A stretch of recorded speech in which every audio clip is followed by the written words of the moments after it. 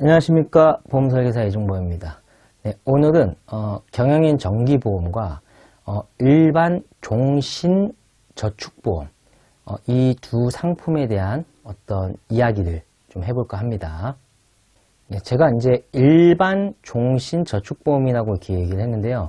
사실 이 상품에 대해서는 회사마다 상품 이름들은 다 다양하게 붙여져 있는데 좀 보편화시켜서 좀 이야기를 하려다 보니까 일반 종신저축보험이라고 얘기했고, 이게 무슨 말이냐면은 요새는 이제 보험사에서 장기 이제 연금 상품이죠. 저축 상품을 가입할 때 순수 저축형 상품보다는 사망보험금 들어가고 그 다음에 어느 정도 일정 기간이 지났을 때 해지환급금이 내가 납입한 금액보다 더 올라가는 이런 식의 구조를 가진 종신보험 상품을 연금 상품으로 많이 판매가 되어지고 있고, 이게 지금 현재 추세다 보니까 이름을 제가 좀 그렇게 지어봤습니다. 네. 오늘 말씀드릴 주제는 이제 법인 이제 CEO 플랜에 관련된 이제 부분인데, 이제 경영인 정기보험 같은 경우 이제 법인 대표들이 이제 좀 많이 가입을 하는 보험이긴 합니다. 이제 이걸 왜 가입하냐면요. 우선 첫 번째는 이 경영인 정기보험을 가입을 하게 되면은 내가 월납보험료 예를 들어서 500만원짜리 하게 됐으면은 월납 그 500 해가지고 1년 하면은 6천만원이죠. 6천만원이 경비로 인정이 됩니다. 해가지고 이게 세금에 매기지 않아져서 절세 효과가 있으며, 그 다음에 경영인 정기보험 같은 상품은 일정 기간이 지났을 때 해지환급률이 100%를 넘게 되거든요. 그럼 이거 100%가 넘게 됐을 때 해지해가지고 이 금액을 법인 대표가 활용할 수 있는 뭐 이런 플랜이에요. 근데 중요한 거는 이게 처음에 경비로 잡혀가지고 이제 소득으로 잡히지 않잖아요.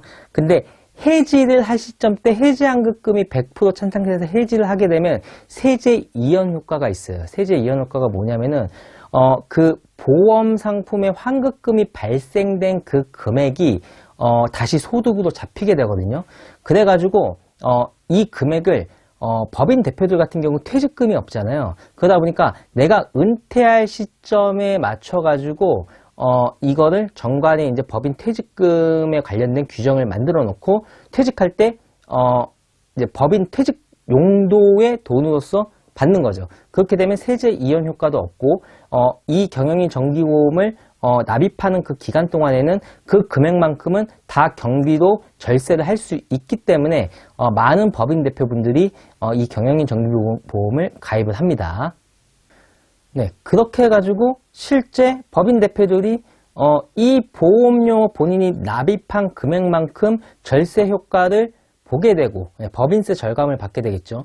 그리고 나중에 내가 은퇴하게 된 이 회사를 갖다가 이제 가업승계를 한다든지 누군가에게 판다든지 판매를 한다든지 그런 시점 때 이 금액을 해지환급금을 내 퇴직금으로 받아서 활용을 하게 되다 보니까 법인 대표들이 많이들 이용은 하긴 합니다만 여기서 좀 명심해야 될 부분이 뭐냐면은 제가 아까 처음에 말씀드렸던 일반 종신저축보험 있잖아요.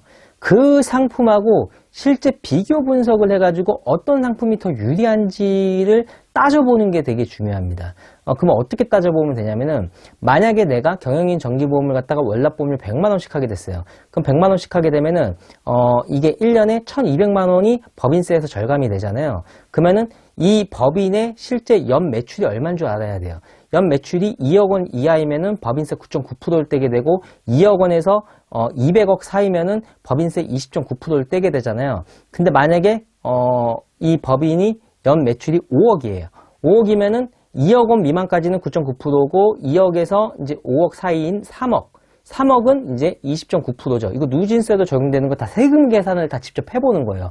해가지고 내가 실제 경비로 인정이 돼가지고 납입하지 않을 법인세가 몇 프로인지 계산을 하고, 이제 내가 이 경영인 정기보험 같은 경우는 만기 시에는 무조건 환급금이 0입니다. 그렇기 때문에, 그리고 해지환급금도 100% 조금 넘은 상태에서 더 이상 차지가 않아요. 그러니까 내가 맥시멈 어느 시점 때 돈을 찾게 됐을 때 그 금액하고 다 계산을 해보는 거예요.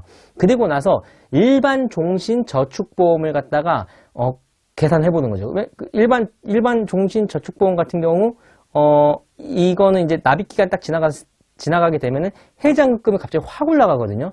한 120%대까지 올라간 다음에 거기서부터 계속 꾸준히 올라간단 말이에요. 근데 경영인 정기보험은 100%대 환급률로 딱 있다가 나중에 점점 떨어지다가 0이 된단 말이에요.